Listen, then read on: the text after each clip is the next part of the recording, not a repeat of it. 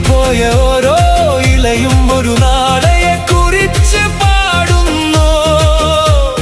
പ്രകൃതിയുടെ കണ്ണുകളിൽ ഇന്നും പ്രതീക്ഷയുടെ വെളിച്ചമുണ്ട്. നദിയുടെ ഒഴുക്കിൽ മറന്നുപോയ ഓർമ്മകൾ ഉണരുന്നു.